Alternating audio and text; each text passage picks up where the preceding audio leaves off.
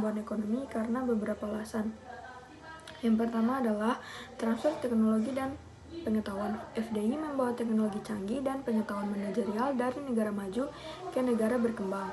Yang kedua, penciptaan lapangan kerja. Investasi asing seringkali menciptakan lapangan kerja baru, baik secara langsung di perusahaan-perusahaan yang didirikan oleh investor asing maupun secara tidak langsung di industri pendukung dan layanan. Yang ketiga, peningkatan kapasitas produksi. Dengan investasi asing, kapasitas produksi nasional dapat ditingkatkan.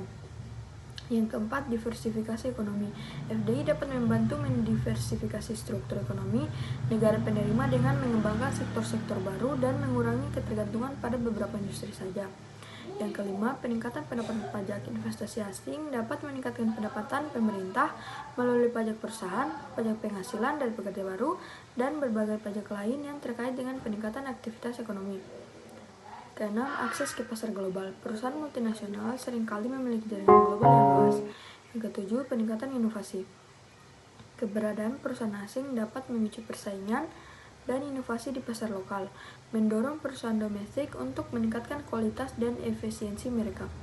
Yang terakhir yaitu stabilitas ekonomi. Investasi langsung asing dapat memberikan aliran modal yang lebih stabil dibandingkan dengan investasi portofolio yang lebih mudah ditarik kembali dan membantu menstabilkan. Baik, di sini saya akan menjelaskan mengapa dampak FDI hanya akan signifikan ketersediaan human capital yang kompeten.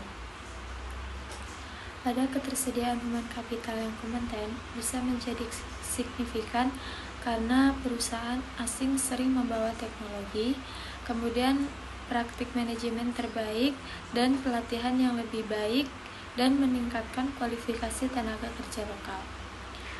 Beberapa hal tersebut dapat menciptakan lingkungan di mana karyawan dapat mengembangkan keterampilan yang diperlukan untuk bersaing secara global.